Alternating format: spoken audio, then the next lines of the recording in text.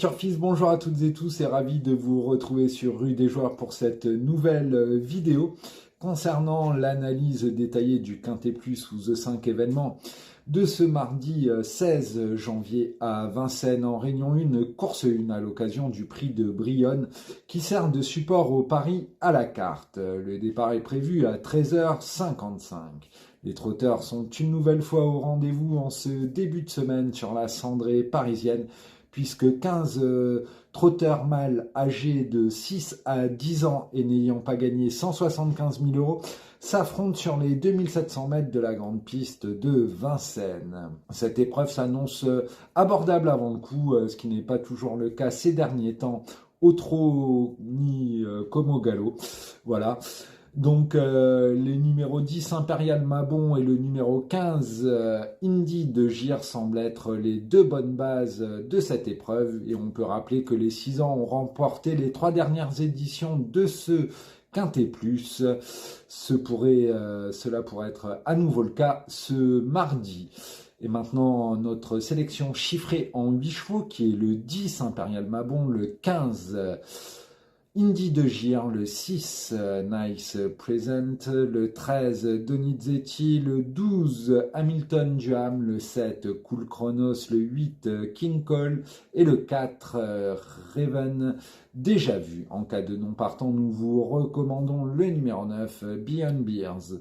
Et maintenant, nous allons passer au crible tous les concurrents de ce quintet, à commencer par l'As Indigo, qui est visiblement malade, pas certain de courir et qui vient de gagner à Mons et monte nettement de catégorie. L'impasse est conseillée. Le 2 Cashmaker rentre, et bien que déféré des 4 d'entrée de jeu, il sera revu dans d'autres occasions. Le numéro 3 Laredo Bocco nous a laissé sur notre faim un petit peu à Cagnes en dernier lieu.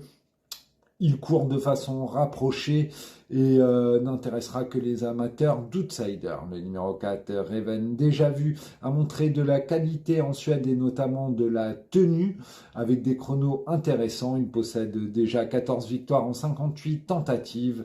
Pieds nus pour ses débuts sur notre sol et confié à Franck Ouvry. On le retient en fin de combinaison. Le numéro 5, Staro Morito, a fini 6e l'autre jour sans démériter pour ses débuts à Vincennes.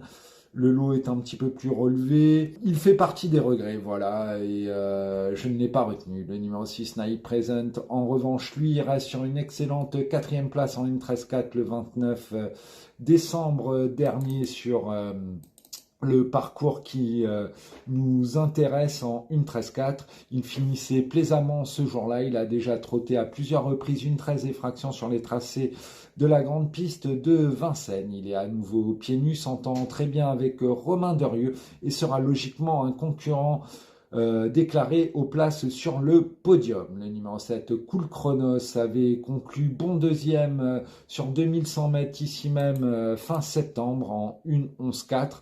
Depuis, il a connu des fortunes diverses. Il était 5e du prix général du Pommeau le 17 décembre dernier, l'une des courses références, et vient de faire la faute et laisser des regrets en dernier lieu, à savoir le 6 janvier dernier dans le prix de Vic-sur-Serre. Il a suivi librement après sa faute.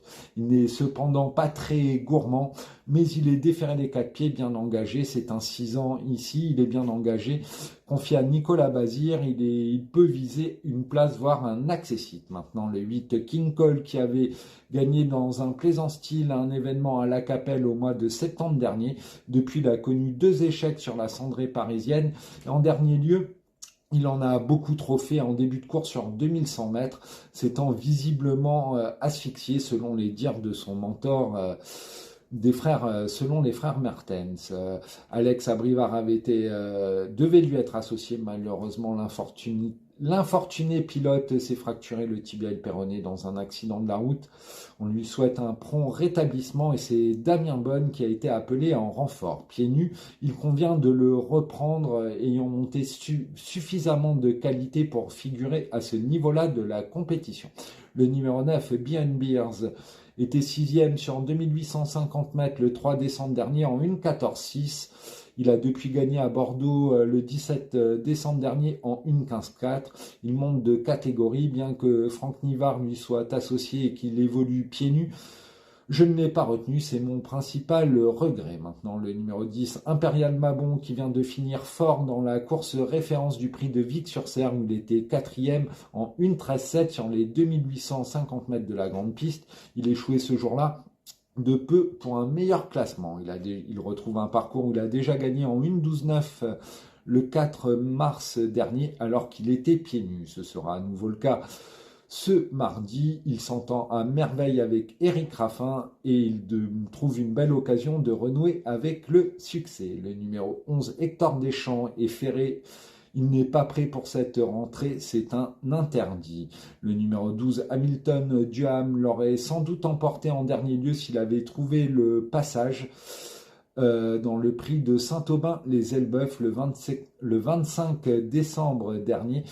Il concluait troisième d'Hibiscus Man, qui a depuis largement confirmé en étant deuxième d'Indigo de Fontaine. Il n'évoluera cette fois que plaqué des antérieurs, mais sa forme est sûre et il s'entend très bien avec Gabriele Gelormini. Moi, je l'envisage pour un accessite et qui sait même mieux. Le numéro 13, Donizetti, vient de conclure troisième du prix général du Pommeau, tout près d'Indy de Gire en dernier lieu. Mais il a été maintenu après enquête ce jour-là.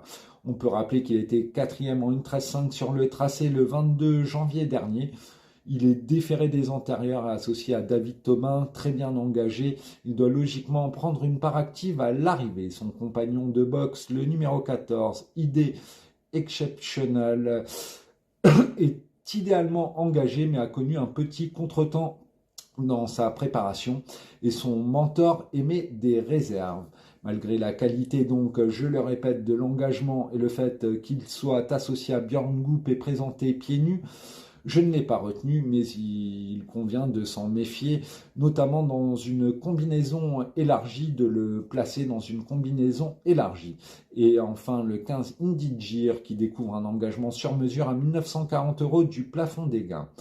Il reste sur deux accessites d'honneur le 4 décembre dernier sur le parcours et le 17 décembre sur les 2850 mètres de la grande piste en 1:14. Il a déjà été troisième en 1:12,9 sur ce même tracé le 15 mai dernier.